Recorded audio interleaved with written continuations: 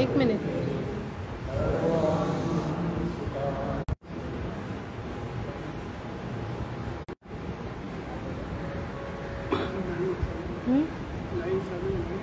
झालं.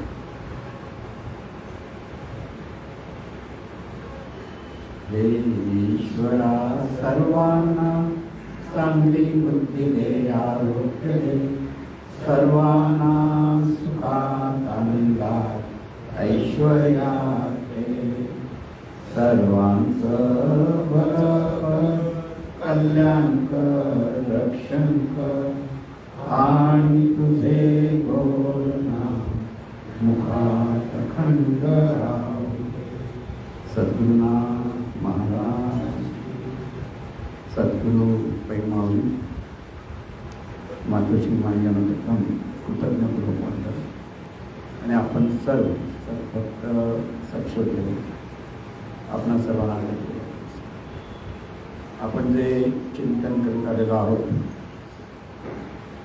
सद्गुरू आणि त्यांचा अनुग्रह या अंगाने सद्गुरू जे आपल्याला नामस्मरण करायला सांगायचे ते नामस्मरण कसं करायचं यासाठी हरिपाठ करायला सांगायचं. आणि हा हरिपाठाचा जो बोध आहे की हरिमुखे म्हणा पुण्याची गणना कोण करी, इथे हे जे नाम म्हणजे कोणाचं नाम आणि ते कसं घ्यायचं याचं मार्गदर्शन ज्ञानेश्वर माऊली करून राहिले.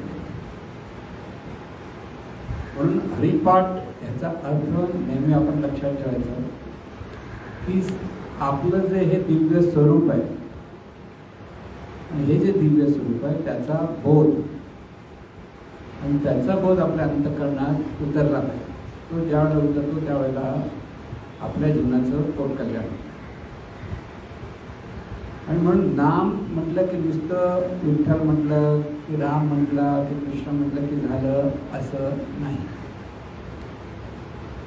नाम हे स्वरूप स्मरण करण्यासाठी एक साधन आहे आणि त्यामुळे जे आपण नाम घेऊ तिथे स्वरूपाचं स्मरण झालं पाहिजे.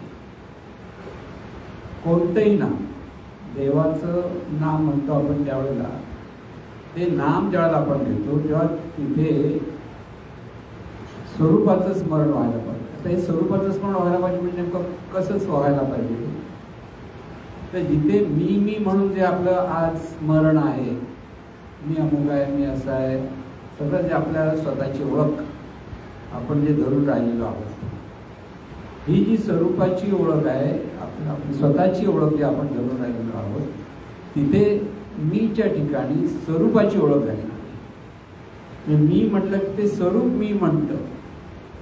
आज आपल्याकडे देहभावात मी अमुक तमुक आहे हे मी म्हणतो.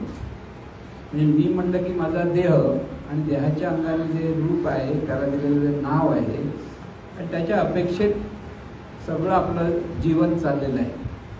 आणि त्यामुळे जीवनामध्ये जे विकार निर्माण होतात त्याला कारण म्हणजे आपल्या ठिकाणी असलेली ही चुकीची ओळख आहे. देह मी हा जो भाव आहे आपल्या प्रत्येकाकडे तिथे मी म्हणणारी ही ईश्वरी शक्ती आहे. ते मी म्हणणारी ही जाणीव आहे आणि ह्या जाणीवेने सतत स्मरण द्यायचं की मी जाणीव आहे की मी ईश्वरी शक्ती आहे. आता हे मी म्हणणारी ही ईश्वरी शक्ती आहे आणि त्या मी म्हणणाऱ्या ईश्वरी शक्तीला मीच्या ऐवजी देवाच्या नावाने ओळखायचं. म्हणजे ते विठ्ठल म्हणा, राम म्हणा, कृष्ण म्हणा, काही जे आपल्याला आवडतं ते नाम, जे आपल्या मनाला पटतं ते नाम, की ज्याला जे आवडतं तिथे त्याचं जास्त स्मरण होतं. म्हणून नाम हे साधन आहे हे परत लक्षात ठेवायचं. आणि त्या साधनेतून जिथे आपल्याला आज अहमभाव आहे म्हणजे मी अमुक तमुक आहे हा जो आहे त्याला अहमभाव म्हणतो आपण, किंवा देहोहम किंवा देह मी हा जो भाव आहे त्याऐवजी आहे ती ही ईश्वरी शक्ती आहे की ही चैतन्य शक्ती आहे किंवा जाणीव आहे, ती जाणणारं तत्व आहे. जाणणारं तत्व म्हटलं की आपल्याला अधिक चांगलं लक्षात येतं. म्हणून नामस्मरण किंवा हरिपाठामध्ये ज्ञानेश्वरांना हेच सांगायचं आहे की हे स्मरण आपल्याला सतत झालं पाहिजे. आपण जे मुळात आहोत, मुळात आपलं हे जे स्वरूप आहे ते अत्यंत दिव्य आहे प्रत्येकाचं. असं काही नाही की एकाकडे दिव्य आणि दुसऱ्याकडे दिव्य नाही, फक्त ते प्रगट झालं पाहिजे. त्याच्यावरती असलेला जो अज्ञानाचा जो मळ आहे तो बाजूला गेला पाहिजे, आणि तो बाजूला जाण्यासाठी नाम घ्यायचं असतं. ते नाम घेता घेता, ते स्मरण करता करता आपल्या ठिकाणी, प्रत्येकाच्या ठिकाणी जी दिव्य शक्ती आहे ती प्रगट होते, आणि त्याच्यातून त्या व्यक्तीचं जीवन हे देवाचं जीवन म्हणून जीवन जगायला लागतं. आज आपण हे माझं जीवन आहे, माझ्या मनाचं मी वागेल, मी म्हणतो तसंच व्हायला पाहिजे, असं जे आपल्याकडे सतत भाव आहे, आणि त्यालाच आपण अहंकार म्हणतो खरं म्हणजे. म्हणून तो हा जो अहंकार बाजूला व्हायला हवा असेल तर नाम घ्यायला पाहिजे, लक्षात ठेवा. आणि नाम घ्यायचं म्हणजेच देवाचं स्मरण.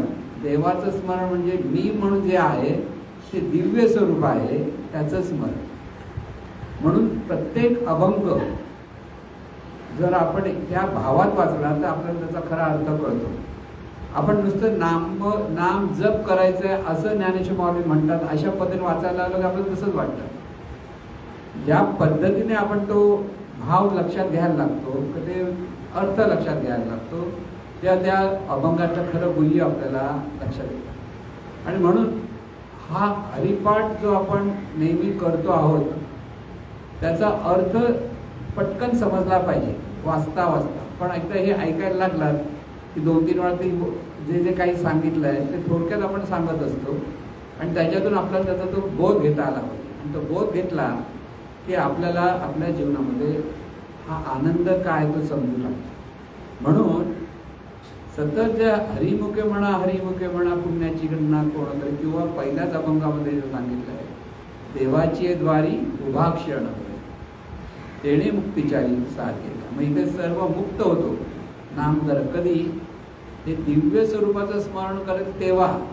नुसतं नाम घेतलं आणि मुक्त झाला असं होऊ शकत नाही. पण असेच नाम घेणारे भरपूर आहेत, पण ते मुक्त का होत नाही? मुक्त म्हणजे अज्ञानातून मुक्त, लक्षात ठेवायचं. हे अज्ञानातून मुक्त होईल आणि तिथे आपली जी जीवन जगण्याची जी पद्धत आहे ती बदलेल. आज आपण आपल्यापुरती, माझ्यापुरती पाहण्याचा प्रयत्न करत असतो, त्यावेळेला ह्या स्मरणातून आपलं हे जीवन परमेश्वराचं आहे, चैतन्य स्वरूपाचं आहे, हा भाव तिथे तयार होतो. आणि त्या भावातून आपलं जीवन अतिशय आनंदाने आपण जगू शकतो. आणि म्हणून हे सगळं जे करण्यासाठी करायचं असेल तर तिथून नाम मुखात यायला हवं, पण ते सद्गुरूंच्या मार्गदर्शनात यायला हवं. कारण सद्गुरू वाचूनी नाम नाही हातात, असं जे एकनाथ महाराज सांगतात की सद्गुरू वाचूनी नाम नाही. आता किती तुम्ही प्रयत्न करता, सद्गुरू जे ज्ञान देतात त्याशिवाय त्या नामाचा बोध झाला नाही तर ते नाम म्हणजे साधी गोष्ट ठरते. पण सद्गुरूंच्या मार्गदर्शनातून आपल्याला ह्या नामाचं गुह्य कळतं, आणि नाम म्हणजे आपलं स्वरूप, हा त्याचा अर्थ पुन्हा पुन्हा लक्षात घ्यायचा की मी म्हणून जे आहे त्या ठिकाणी ते दिव्य स्वरूप आहे, हा भाव आपल्याला सतत आला पाहिजे. प्रत्येकाने स्वतःच्या ठिकाणी भाव धरा पाहिजे. तिथे सद्गुरूंचं स्मरण असायलाच हवं, कारण तेच मार्गदर्शन करत आहेत आपल्याला. आणि त्यामुळे सद्गुरूंच्या मार्गदर्शनाप्रमाणे आपल्याला ह्या दिव्यत्वाची अनुभूती घ्यायची असेल तर ती आपल्या स्वस्थानी घ्यावी लागते. तिथे बाहेर धावपळ करून नाही. आता पण आपण अभंगात वाचलेले आहे सगळे की तीर्थयात्रा करा किंवा काही करा, तिथे जर देवाचं स्मरण नसेल म्हणजेच स्वरूपाचं स्मरण नसेल तर ते सगळं व्यर्थ आहे. आणि म्हणून आत्तापर्यंत आपण 18 अभंगांचा हा बोध घ्यायचा प्रयत्न केला आहे. आता 19वा अभंग आहे, आणि तो अभंग आता आपण सुरुवातीला म्हणूया आणि मग त्याचा अर्थ समजून घेण्याचा प्रयत्न. वेदशास्त्र पुराण श्रुतीचे वचन, एक नारायण सार जप, जप तप कर्म हरी विण धर्म, वाऊगाची श्रम व्यर्थ जाय. हरी पाठी गेले ते निवांतची ठेले, भ्रमर गुंतले सुमन कळिके, ज्ञानदेवी मंत्र हरिनामाचे शस्त्र, यमे कुळ गोत्र वर्जियेले, हरी मुखे म्हणा, हरी मुखे म्हणा, पुण्याची गणना कोण करी. वेदशास्त्र पुराण श्रुतीचे वचन, म्हणजे ते वेदशास्त्र जे वेद आहेत, जी 6 शास्त्र आहेत, श्रुती आहे आणि पुराण, ही सगळी आपली भारतीय संस्कृतीमध्ये हे जे मार्गदर्शन केलेलं आहे स्वरूपाच्या अंगाने, ही सर्व दर्शनं म्हणायची. त्यावेळेला ऋषीमुनींनी चिंतन करून मार्गदर्शन जे केलेलं आहे त्याला दर्शन म्हटलं जायचं. आणि ह्या दर्शन जी आहेत की वेदाने दर्शन दिलं, म्हणजे वेदाने जे सांगितलेलं आहे, श्रुतीने सांगितलेलं आहे, शास्त्रामध्ये 6 शास्त्रांच्या शास्त्रामध्ये सांगितलेलं आहे. वेदशास्त्र प्रमाण श्रुतीचे वचन, वेदशास्त्र पुराण श्रुतीचे वचन, म्हणजे पुराण आहेत, 18 पुराण आहेत. 18 पुराणामध्ये जे मार्गदर्शन आहे त्याचा सगळा अर्थ काय आहे?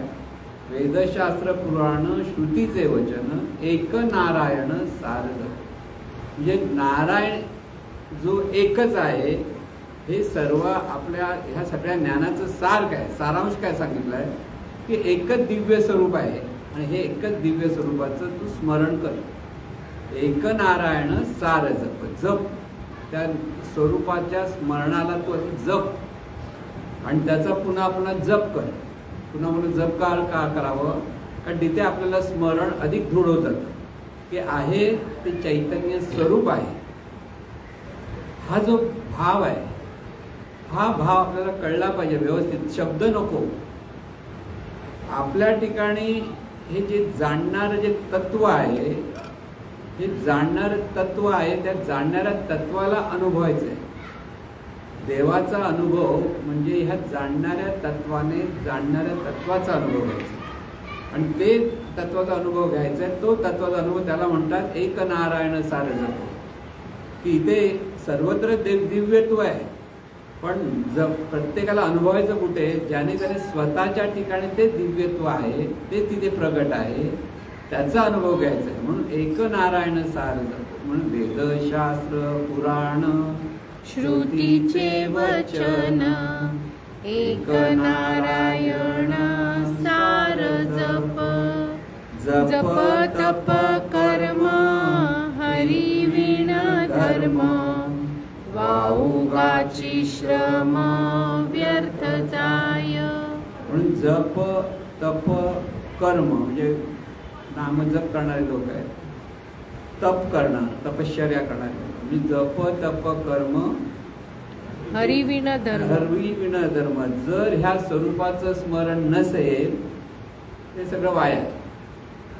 ज्ञानेश्वर सांगतात का लोक जर हे म्हणून म्हटलं ज्ञानातून भक्ती व्हायला हवी. अंधश्रद्धेतून भक्ती, त्याच्यातून जे काही मिळेल त्याहीपेक्षा ज्ञानातून भक्तीने आपल्याला अनंत पटीने बरंच काही आपल्या जीवनाचं कल्याण घडवणाऱ्या गोष्टी घडतात. म्हणून जप करणं तप करणं वाईट नाही आहे, पण जप तप कर्म क्रियाकर्म म्हणतो आपण, म्हणजे कर्मकांड करतो, अंगाने प्रत्येकजण करत असतात. ते हे जे सगळं करताना तिथे जर हरीचं स्मरण नसेल, म्हणजे मी म्हणणारी जी ईश्वरी शक्ती आहे, या ईश्वरी शक्तीचं जर स्मरण नसेल किंवा चैतन्य शक्तीचं स्मरण नसेल तर हे सगळं वाया. म्हणून जप तप कर्म हरिविण धर्म, वाऊगाची श्रम व्यर्थ जाय. की श्रम करतोय आपण, म्हणजे हातात काही येत नाही आणि हातात न येता आपण नुसतं नाम घेतोय, जरा वेळ घेतो, म्हणजे जे जो बोध घेऊन जे नाम घ्यायला पाहिजे, त्या बोधातून जे आपल्याकडे स्मरण व्हायला पाहिजे, ते जर स्मरण होत नसेल तर ते सगळं व्यर्थ आहे असं सांगतात. म्हणून जप तप कर्म हरिविण धर्म, वाऊगाची श्रम व्यर्थ जाय. हरिपाठी गेले ते निवांत चिठेले, भ्रमर गुंतले सुमन कळिके.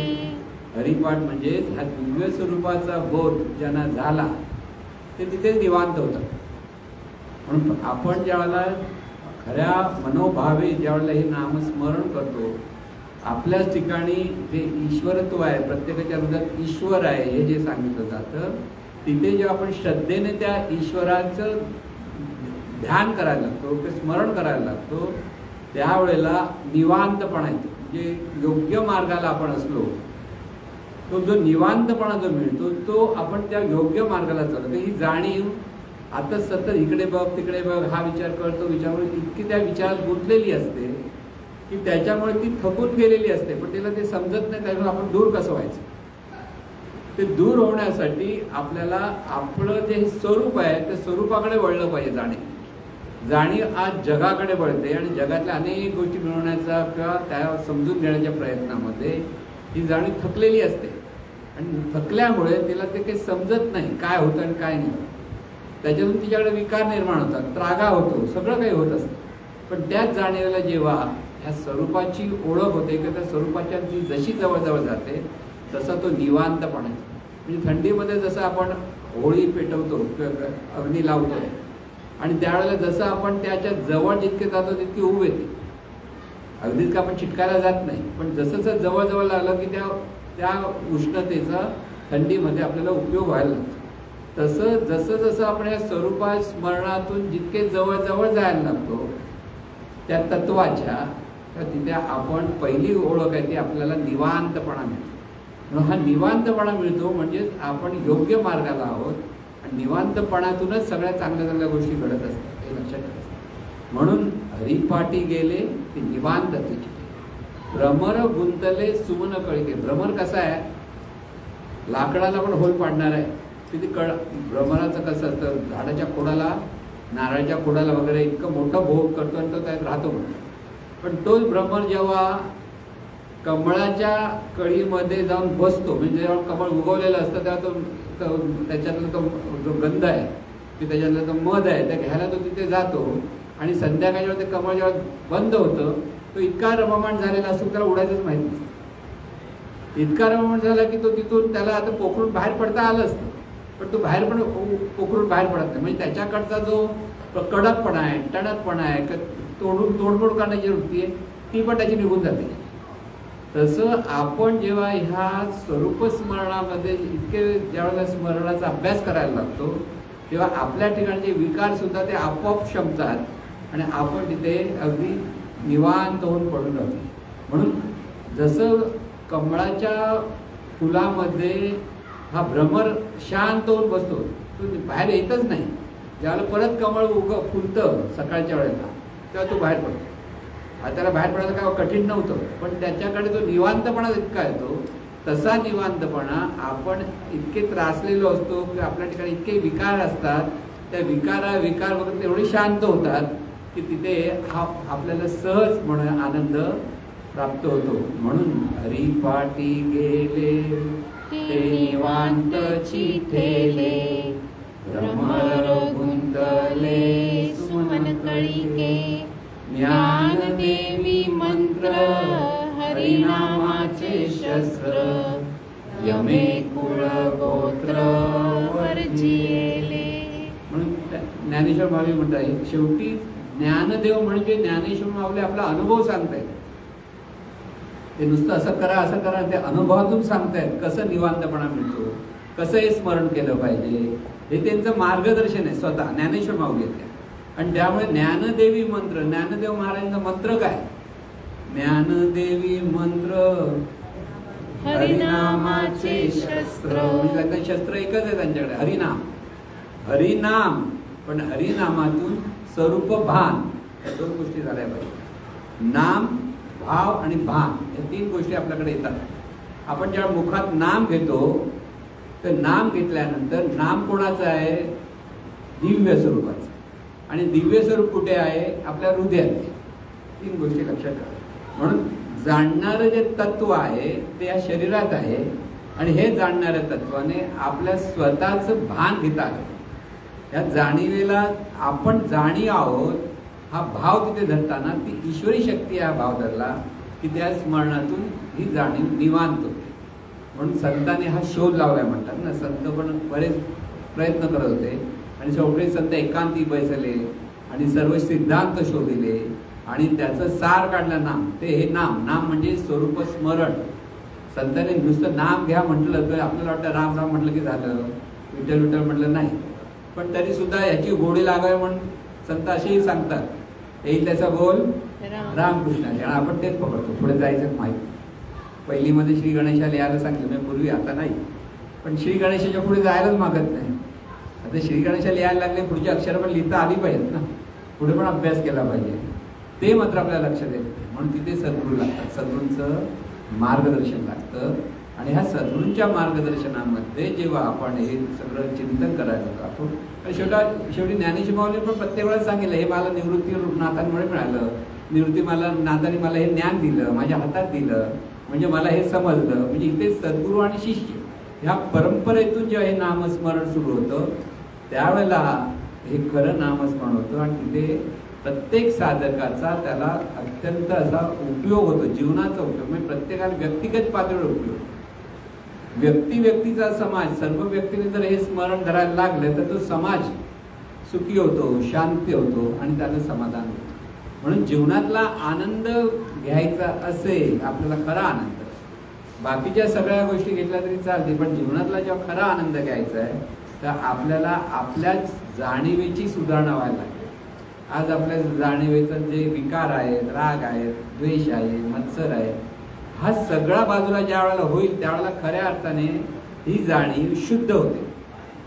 अर्थात हे सगळं जाणण्यासाठी हा सर्वांचा मूळ काय, मी देव आहे हा भाव. मी देव आहे हा भाव जर बाजूला गेला आणि आहे ते चैतन्य स्वरूप आहे ती ईश्वरी शक्ती आहे, हे स्मरण आपण पुन्हा पुन्हा आपल्याला द्यायला लागलो तर तिथे शुद्धीकरण होतं. लक्षात घ्या, जाणीवेचं हे जे आज आपल्याला शुद्धीकरण कुठे आहे, आपल्या अंतर्मनामध्ये आहे, बहिर्मनामध्ये नाही. बहिर्मनाच्या द्वारे कार्य करताना अंतर्मनामध्ये जो जीवभाव आहे तो सगळ्या विकाराचं, दुःखाचं कारणीभूत आहे. तिथे जर आपण बदल केला तर मूळ बदललं की झाड फोपावतं. तसं आपल्या अंतर्मनाच्या ठिकाणी हे जेव्हा स्वरूप स्मरण व्हायला लागतं तेव्हा ते शस्त्रासारखं होतं की शस्त्र कसं कापून टाकतं. तसंच आपले जे विकार आहे त्या विकाराला कापून टाकण्याचं सामर्थ्य ह्या स्वरूप स्मरणात आहे. म्हणून स्वरूप स्मरणाचं आहे. स्वरूप स्मरण म्हणण्यासाठी नाम घ्यावं. स्वरूप स्मरण होण्यासाठी एक स्थूल शब्द घ्यावा लागतो, तो म्हणजे नाम. आणि ते नाम एकदा घेतलं म्हणजे ते दिव्य नाम, आणि त्या दिव्य नामातून आपल्या जीवनामध्ये सर्व दिव्यत्वाची अनुभूती आपल्या प्रत्येकाला येऊ शकते. म्हणून ते म्हणतायत हरी मुखे म्हणा, हरी मुखे म्हणा, पुण्याची गणना कोण करी. नाम संकीर्तन वैष्णवांची जोडी, पापे अनंत कोटी गेली त्यांची. अनंत जन्माचे तप एक नाम, सर्व मार्ग सुगम हरिपाठ. योग याग क्रिया धर्माधर्म माया, गेले ते विलया हरिपाठी. ज्ञानदेवी यज्ञ याग क्रिया धर्म, हरिविण नेम नाही तुझा. हरी मुखे म्हणा, हरी मुखे म्हणा, पुण्याची गणना कोण करी. नाम संकीर्तन वैष्णवांची जोडी, पापे अनंत कोटी गेली त्यांची. नाम संकीर्तन म्हणजे नामाची पुन्हा पुन्हा पुन्हा पुन्हा नाम घेत राहणं, एखाद्या चालीमध्ये किंवा एखाद्या गाण्यासारखं, तर ते पुन्हा पुन्हा करतो ते नाम संकीर्तन. आणि नाम संकीर्तन जो करतो तो वैष्णव. म्हणजे आपण जे आहोत आज, आपल्याला आपण वैष्णव कधी होऊ, जेव्हा आपण हे देवाचं सतत स्मरण करतो. तुकाराम महाराजांनी त्याचं सुंदर वर्णन केलं. वैष्णव तो जया ज्याची देवावर माया. तो वैष्णव ज्याला देवाचं म्हणजे दिव्य स्वरूपाची सतत ओढ आहे, गोडी आहे, त्या दिव्य स्वरूपाच्या अनुभूतीतून ज्याला जीवन जगण्याची इच्छा आहे, तो वैष्णव. आणि ही वैष्णव आणि त्याच्या मुखात आलेलं हे नाम म्हणजे स्वरूप स्मरण, ही ज्या जोडी होते तर काय होतं, नाम संकीर्तन वैष्णवांची जोडी, पापे अनंत कोटी गेली त्यांची. अनंत कोटी पाप कशी जातात प्रश्न आहे. एक लक्षात ठेवा, नुसतं ते म्हणून आपण हो म्हणायचं नाही. कोडी तर ही जी अनंत पाप ज्याला आपण म्हणतो ते येतं कुठून, तर मी अमुक आहे त्याच्यातून. जे आपण आहोत ते आपण विसरलेलो आहोत आणि त्या विसरातून जे आपण आता कर्म करतो त्यामुळे ते आपल्याकडनं चुकीचं कर्म होतं. आणि चुकीचं कर्म झालं की त्याचे वाईट परिणाम आपल्या वाटायला येतात. म्हणून प्रत्येक माणसाला एक लक्षात ठेवायला पाहिजे की आपल्याकडनं हे स्वरूपस्मरण झालं आणि त्या स्वरूपस्मरणातून जेव्हा आपण प्रत्येक गोष्ट करायला लागतो त्या पुढे होणारी पापांची म्हणजे कर्म बघा, शुभ कर्म केलं पुण्य मिळतं, अशुभ कर्म केलं पाप मिळतं. पण देहभावातून केलेलं कर्म बऱ्याच वेळा अशुभ असतं, शुभ कमी, कारण त्या अहंकारातून आपलं बोलणं असतं, कोणाचं मन तोडं दुखावत असतो, कधी आपण आपल्या वेडवाकडं बोलून दुखावतो. आणि ह्या सगळ्यातून जर आपल्याला सुटका करायची आहे तर आपण सावधपणे कर्म केलं पाहिजे, हा एक भाग येतो. पण सावधपणे कर्म आपल्याला होतच असे गॅरंटी देता येत नाही. जरसं काय झालं की आपला इतका विकार निर्माण होतो, बळावतो की त्याच्यात द्वेष, मत्सर, राग सहज आपल्याला होतो. म्हणून हे सगळं निघालं पाहिजे. परमार्थ हा चमत्काराचा भाग नाहीये, तर परमार्थ हा आपल्या जाणीवेच्या सुधारण्याचा मार्ग आहे. म्हणजे मला सुधारायचं आहे हे प्रत्येक नामधारकाला कळलं पाहिजे. कारण खरा नामधारक कोण, जो आपल्याला स्वतःला सुधारण्याचा प्रयत्न करतो तो नामधारक.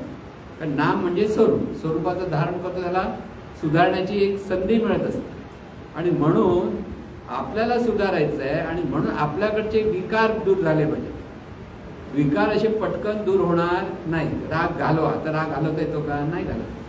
त्याच्यात गोष्टीविषयी आपण बऱ्याच वेळा महाराजांच्या ऐकलेले आहेत की जरा राग घालावा म्हटलं तर कसं करायचं, करता करता नको तिथं तेवढा रागच येतो. आणि म्हणून हे घालवता येणार नाही. पण एकदा आपण ह्या दिव्य स्वरूपाच्या स्मरणामध्ये आपल्या ठिकाणाचा जो अहंभाव आहे, तो अहंकार आहे, तो जसं जसं कमी व्हायला लागला की विकारांचं मूळ हा देहभाव आहे. म्हणून हा देहभावाचं मूळच छाटलं गेलं तर बाकी विकाराचं झाड जगूच शकत नाही. म्हणून इथे नाम घ्या की नामातून आपल्या ठिकाणी असलेला देहभाव दूर व्हायला पाहिजे. आणि तो देहभाव दूर गेला की आपल्याकडे सहजपणे आनंदाने जीवन जगता येतं. म्हणून नामसंकीर्तन वैष्णवांची जोडी, पापे अनंत कोडी गेली त्यांची. की ही आपोआप जातात, तुम्हाला घालवायला लागत नाही. आपल्या खोलीतला अंधार घालवता येत नाही, तो घालवायला काय करावं लागतं, लाईट पेटवावं लागतं, प्रकाश यावा लागतो. प्रकाश आला की अंधार दूर झाला असं आपण म्हणतो. तसं आपल्या ठिकाणी असलेला जो अहंकार आहे, आपल्या ठिकाणी असलेले द्वेष, मत्सर, राग, लोभ, मोह, जे विकार आहेत ते दूर होण्यासाठी, तो अंधार दूर होण्यासाठी नामाचा दिवा आपल्या अंतःकरणात लागायला पाहिजे. नामाचा दिवा म्हणजे स्वरूप भावाचा दिवा. लक्षात घ्या, नाम म्हणजे शब्द नाही, तर नाम म्हणजे स्वरूप. आणि स्वरूपाचं स्मरण आपल्याला व्हायला लागलं की इथे नामधारकाच्या जीवनामध्ये आनंदी आनंद दिवाळी साजरी होत असते. म्हणून नाम मंत्र जप, नाम संकीर्तन वैष्णवांची जोडी, पापे अनंत कोडी गेली त्यांची. अनंत जन्मांचे तप एक नाम, सर्व मार्ग सुगम हरिपाठ. अनंत जन्मांचे तप म्हटलं की अनंत जन्मापासून आपण किती जन्म घेतला आणि पुढे किती जन्म घेण्याचा काही आपल्याला माहीत नाही, पण होत चाललेलं आहे. पण ते अनंत जन्माचं तप ह्या जन्मात जर फळवायचं असेल, एकच गोष्ट आहे सरळ सोपी, म्हणजे स्वरूप स्मरणातून जीवन जगता आलं पाहिजे. आत्तापर्यंत काय गेलं झालं विसरून जायचं, पण आत्ता तरी आपल्याला स्वरूप भावात राहिलं पाहिजे. स्वरूप स्मरण समजून घ्यायला पाहिजे आणि त्यासाठीच सद्गुरूंना शरण जायला. सद्गुरूंकडे आपण जातो ते स्वरूप स्मरण समजून घेण्यासाठी जातो. सुरुवातीला आपल्याला वाटतं आपल्या प्रपंचातल्या गोष्टी दूर करण्यासाठी आपण जायचं, ह्या भावात आपण जातो. पण एकदा सद्गुरूंकडनं ज्ञान मिळायला लागलं की तिथे आपल्याला हे स्वरूप स्मरण व्हायला पाहिजे, स्वरूप स्मरणातून जीवन जगण्याची कला शिकायला पाहिजे. त्यासाठी सद्गुरूंच्या पाठी लागावं लागतं, सद्गुरूंना शरण जावं लागतं आणि हा ज्ञानाचा अभ्यास करावा लागतो. म्हणून अनंत जन्माचे तप काय सांगितलंय? अनंत जन्माचे तप एक नाम. हे नाम म्हणजे हे स्वरूप, एक नाम याचा अर्थ हे एकच स्वरूप आहे की ज्याचं स्मरण केलं की अनंत जन्म किती तप केलंय तुम्हाला पण माहित नाही, कोणाच माहित नाही, पण ते आहे. पण त्याचं सगळं फळ जर घ्यायचं असेल, ते स्वरूप स्मरण जर करायला लागलं की तुम्हाला ह्या जन्मामध्येच हे स्वरूप स्मरणातून आपल्याला आपल्या ठिकाणच्या ज्या अनिष्ट गोष्टी आहेत, विकार आहेत, त्या दूर होता येतात. म्हणून अनंत जन्माचे तप एक नाम, सर्व मार्ग सुगम हरिपाठ. सगळ्यात सुगम म्हणजे काय? हरिपाठ म्हणजे दिव्य स्वरूपाचं स्मरण. आपल्याला हा सगळ्यात सोपा मार्ग आहे. त्यासाठी खूप काही कष्ट करायला पाहिजेत, जंगलात जाऊन बसलं पाहिजे, उपास तपास केले पाहिजे, रथवाई केली पाहिजे, काही करायची आवश्यकता नाही. फक्त जिथे आहात तिथे सतत स्मरण असलं पाहिजे की हे सगळं जीवन ईश्वराचं आहे. स्वरूप स्मरण ह्याचा अर्थ आणखीन सोपा समजून घ्यायचा असेल तर आपलं जीवन ह्या दिव्य स्वरूपाचं आहे.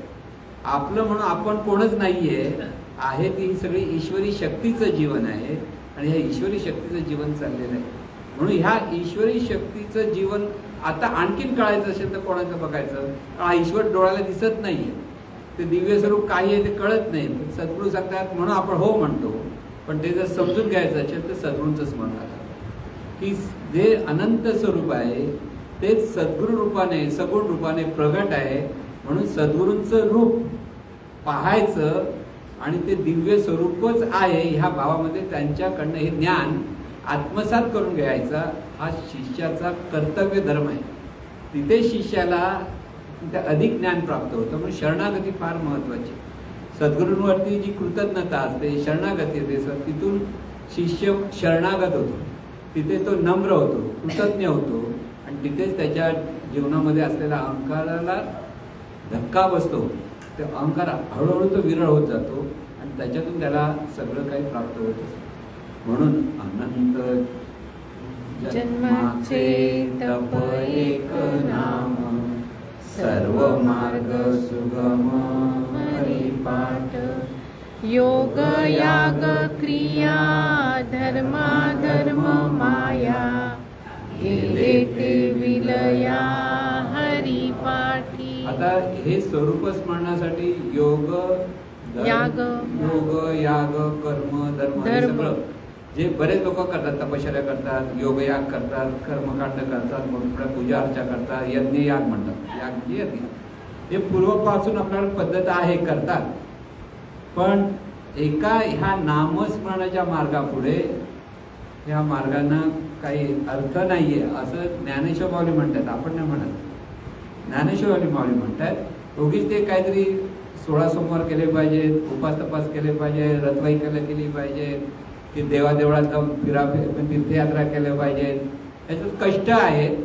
पण स्वरूप स्मरण नसेल तर हे सगळं व्यर्थ आहे. माझेनी अनुसंधाने विण, स्नान संध्या तप होम दान, सर्वही अधर्म जाण, मत भजन ते नव्हे, असं एकनाथ महाराजांनी भागवतामध्ये सांगितलं. की इथे हाच सगळे संत उपदेश तोच करणार, कारण त्याला तो अनुभव आलेला असतो की माझेनी अनुसंधाने म्हणजे ह्या स्वरूपाच्या अनुसंधानाशिवाय किंवा या दिव्यत्वाच्या अनुसंधानाशिवाय आपण जर तप करतोय, होम करतोय, स्नान संध्या करतोय, कर्मकांड करतोय, यज्ञयाग करतोय, मोठमोठे उत्सव करतोय, सगळं करतोय, पण स्वरूपाचं स्मरण नाही, हरीचं स्मरण नाही.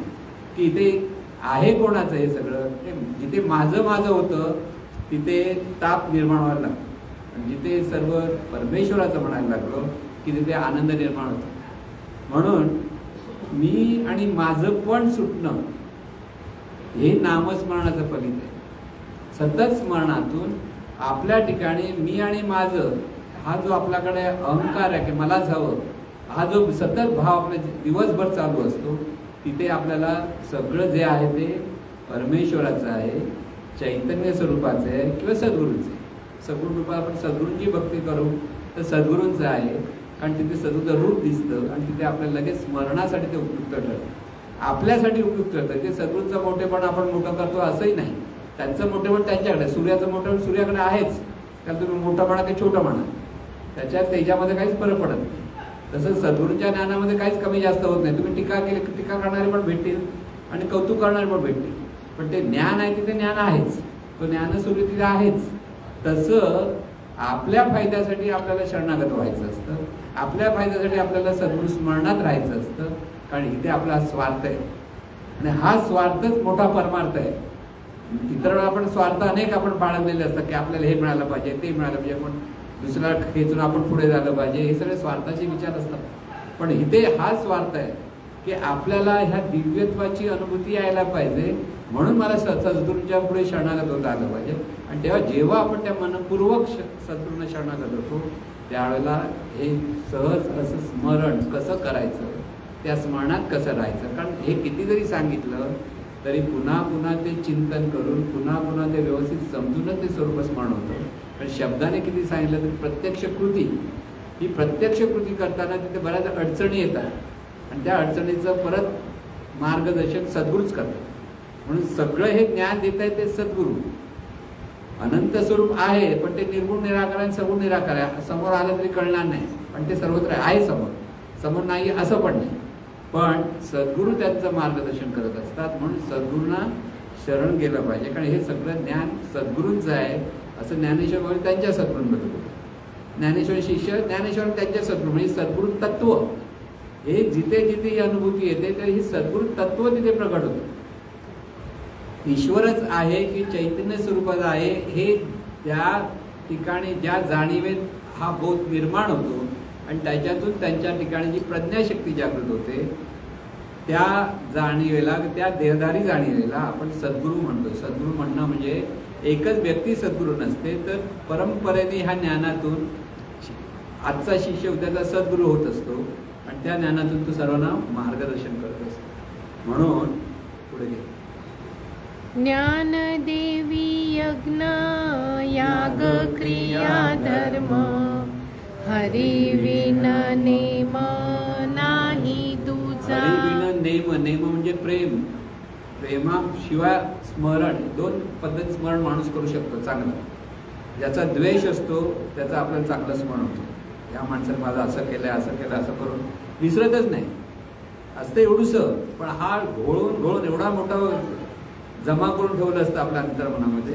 कोणीतरी काहीतरी बोललेलं असतं, कोणीतरी काहीतरी अपमान समजा केलेला आहे, किंवा कोणी आपण काहीतरी बोललो आणि त्याने आपलं ऐकलं नाही, तो राग जर आपण मनात धरलेला असेल तर अगदी मरेपर्यंत स्मरण करतात माणसं, विसरत नाही. दुसरं स्मरण जो प्रेम करतो, निरपेक्ष प्रेम म्हणतो, कसलीच अपेक्षा नाही पण प्रेम होतं, त्याच्याकडे अखंड स्मरण असतं. दोन स्मरण, एक तर द्वेष करा किंवा प्रेम करा, मधला भाग काही नाही. आणि म्हणून ज्ञानेश्वर मग तेच म्हणतात की हा नेम आहे, नेम म्हणजे हे प्रेम आहे आणि हे प्रेमच तुम्हाला सतत स्मरणात घेऊन जाईल. म्हणून सद्गुरूंच्या प्रती, त्यांच्या ज्ञानाच्या प्रती, या दिव्य स्वरूपाच्या प्रती जर प्रेम निर्माण व्हायला पाहिजे असेल तर हे अखंड स्मरण आपल्याला करता आलं पाहिजे. आणि त्या स्मरणातून प्रेम आणि स्मरण याच्यातून ते स्मरण अखंड चालू होतं आणि तो बोध ज्ञानेश्वर माऊलीने सांगताय.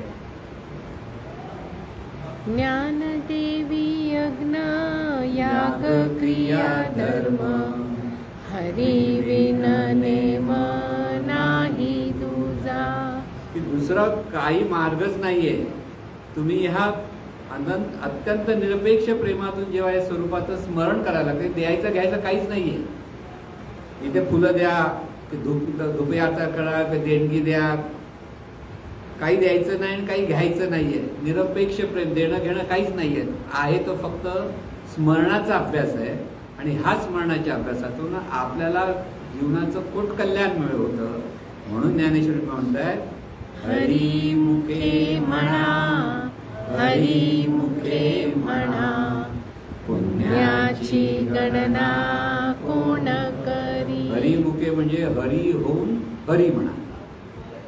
कोण म्हणताय हरी हरी नाम कोण घेत आहे? हा हरीच घेतोय, मी नाही घेत आहे. तुमच्या अभंगामध्ये ज्ञानेश्वर माऊलींनी सांगितलेलं आहे तसं, पण आताही आपल्याला लक्षात आलं पाहिजे हरिमुखे म्हणजे नुसतं हरी हरी म्हणायचं असं नाहीये. मी म्हणणारा हरी आहे आणि तोच हरीच म्हणजे स्वरूपाचं स्मरण करतोय, या भावामध्ये हे नामस्मरण झालं पाहिजे. आणि त्या नामस्मरणातून जेव्हा आपली दृष्टी व्यापक होते तेव्हा त्या नामाचा आपल्याला आनंद मिळतो, फळ मिळतं आणि हे सर्व आपल्याला सहज प्राप्त होतं. कारण हे सगळं आहे ते खरं सोपं आहे. दुसऱ्या गोष्टी खूप कडक आहेत, कठीण आहेत. कठीण म्हणजे कशा आहे? यज्ञ करायचे त्याचे नियम, मग पुरोहित वर्ग, मग तूप धन बिन सगळं काय आणायचं ते आणा, त्याचं फळ मिळेल की नाही याची गॅरंटी नाही परत. पण इथे काहीच पैसे खर्च करायचे नाही आहेत, कोणाला काही द्यायचं नाही आणि कोणाकडनं काही घ्यायचं नाही. इथे जिथे आहे ते स्वरूपच आहे, त्या स्वरूपाच्या ठिकाणी नुसतं स्मरण करून दृढ राहायचं आहे. पण हे जे सोपं आहे तेच आपल्याला कठीण होतं. द्यायचं काय यज्ञ करा किंवा उपास तपास करा ते सोपं आहे. 16 सोमवार म्हटलं ते थोडं कठीण वाटलं तरी करतो आपण. साईबाबांनी शिर्डीपर्यंत जायचं तर चालत चालत जातो, ते पण कठीण असतं ते जातात, बरं वाटतं म्हणतात. का? आपली मनाची कल्पना असते. साईबाबाने कुठे लिहून ठेवलंय का माझ्याकडे चालत चालत आला तर मी तुमच्यावर प्रसन्न होईल? नाही, आपणच कल्पना करतो. कल्पनेतून अनेक गोष्टी करतो खरं सांगा. म्हणजे जातात शब्द त्यांना आपल्याला काही म्हणायचं नाही, पण तो मार्ग स्वतःला ते कष्ट करून घेतात, त्याच्यातून हे स्वरूपस्मरण नाही होणार. लक्षात, स्वरूपस्मरणासाठी उगार आहे निवांत उगीच इकडे तिकडे धडपड करू नका. त्यांनी सांगितलंय पहिल्या 4थ्या अभंगामध्ये सांगितलंय की भावे विण भक्ती, भक्ती विणे मुक्ती, बळे विणे शक्ती बोलू नये. जर भाव नसेल तर भक्ती होणार नाही आणि भक्ती नसेल तर मुक्ती होणार नाही. साधी गोष्ट आहे. म्हणून भाव धरा रे देव आपलासी करा. म्हणून भावे विण भक्ती, भक्ती विणे मुक्ती, बळे विणे शक्ती बोलू नये. कैसेनी दैवत प्रसन्न तरित उगाराय निवांत शिणसी. निवांत होणं म्हणजे जिथे आहेस तिथे निवांत हो. त्या निवांत अवस्था जितकी वाढत जाईल तितकं जीवनामध्ये सगळीकडे शांती, सुख, समाधान प्राप्त व्हायला. म्हणून निवांत अवस्था अनुभवण्याचा अभ्यास ही एकांत साधना असते. एका जागी बसूनही आपल्याला करावी लागते. आणि ती जेव्हा आपल्या ठिकाणी त्याचा अनुभव येतो, त्या अनुभवाच्या अधिष्ठानावर आपल्याला जागृतीमध्ये सर्वांशी चांगले संबंध ठेवून जगायला लागलो की तो आनंदी आनंद असतो. आपल्या बोलण्यातून समोरच्याला जर आनंद होतोय, ज्ञान मिळतंय, त्याचा परत परिणाम आपल्याला ॲक्शन रिॲक्शन या नियमाप्रमाणे परत मिळत असतो. म्हणून इथे दुसऱ्या काहीच गोष्टी करता येत नाही. जो आपल्या जवळ आला त्याला आनंद द्या, त्याच्याबद्दल अनिष्ट चिंतन करू नका. काय? कारण ते तिथेही चैतन्य स्वरूपच आहे आणि आपल्या ठिकाणी चैतन्य स्वरूप आहे. एकाच चैतन्य स्वरूप आहे. मग सुरुवातीला काय सांगितलंय? सगळ्याचं सार काय? एकच नारायण. नारायण म्हणजे एकच चैतन्य स्वरूप आहे आणि हे चैतन्य स्वरूपातून सगळ्यांचं जीवन चाललेलं आहे. आपण एकाच चैतन्य स्वरूपाची रूप आहोत. म्हणून त्या अपेक्षित म्हटलं तर आपण सगळे एका कुटुंबाचे आहोत. चैतन्य स्वरूपातून निर्माण झालेले आपण आहोत. म्हणून प्रत्येकाबद्दल जो आपल्याला आपलेपणा असायला पाहिजे, तो तुम्हाला पटो न पटो, एखादा माणसाचं मत पटो न पटो, पण तो जवळ आला की त्याला आनंद देण्याचा प्रयत्न करा. दुसरं काही करायचं नाही. पैसे द्यायचे, घ्यायचे द्यायची काही गरज नाही. घेतलेले असेल तर विसरायचे. म्हणजे त्याने घेतलेले असेल, त्याने दिलेले असेल तर द्यायचे. उलट करणार, उलट होईल. म्हणून इथे आनंद देण्याचा प्रयत्न करा. सगळ्या जीवनात आनंदी आनंद आहे. आणि म्हणून हे सगळं व्हायला आपल्या ठिकाणी ह्या दिव्य स्वरूपाचं स्मरण, दिव्य स्वरूपाची ओळख होणं अत्यंत आवश्यक आहे. ते झाल्याशिवाय जीवनामध्ये खऱ्या अर्थाने आनंद साधता येणार नाही. हे करता करता जेव्हा हा आनंद मिळतो त्यावेळेला आपल्याला ह्या सर्वाची खरी किंमत काय ती कळते आणि ह्या आनंद सर्वांना मिळो अशी सद्गुरूचरणी प्रार्थना. हे ईश्वरा सर्वांना चांगली बुद्धी दे, आरोग्य दे, सर्वांना सुखात आनंदात ऐश्वर्यात ठेव. सर्वांचं भलं कर, कल्याण कर, रक्षण कर आणि तुझे गोड नाम दुःखात खंड राहू दे. सद्गुरुनाथ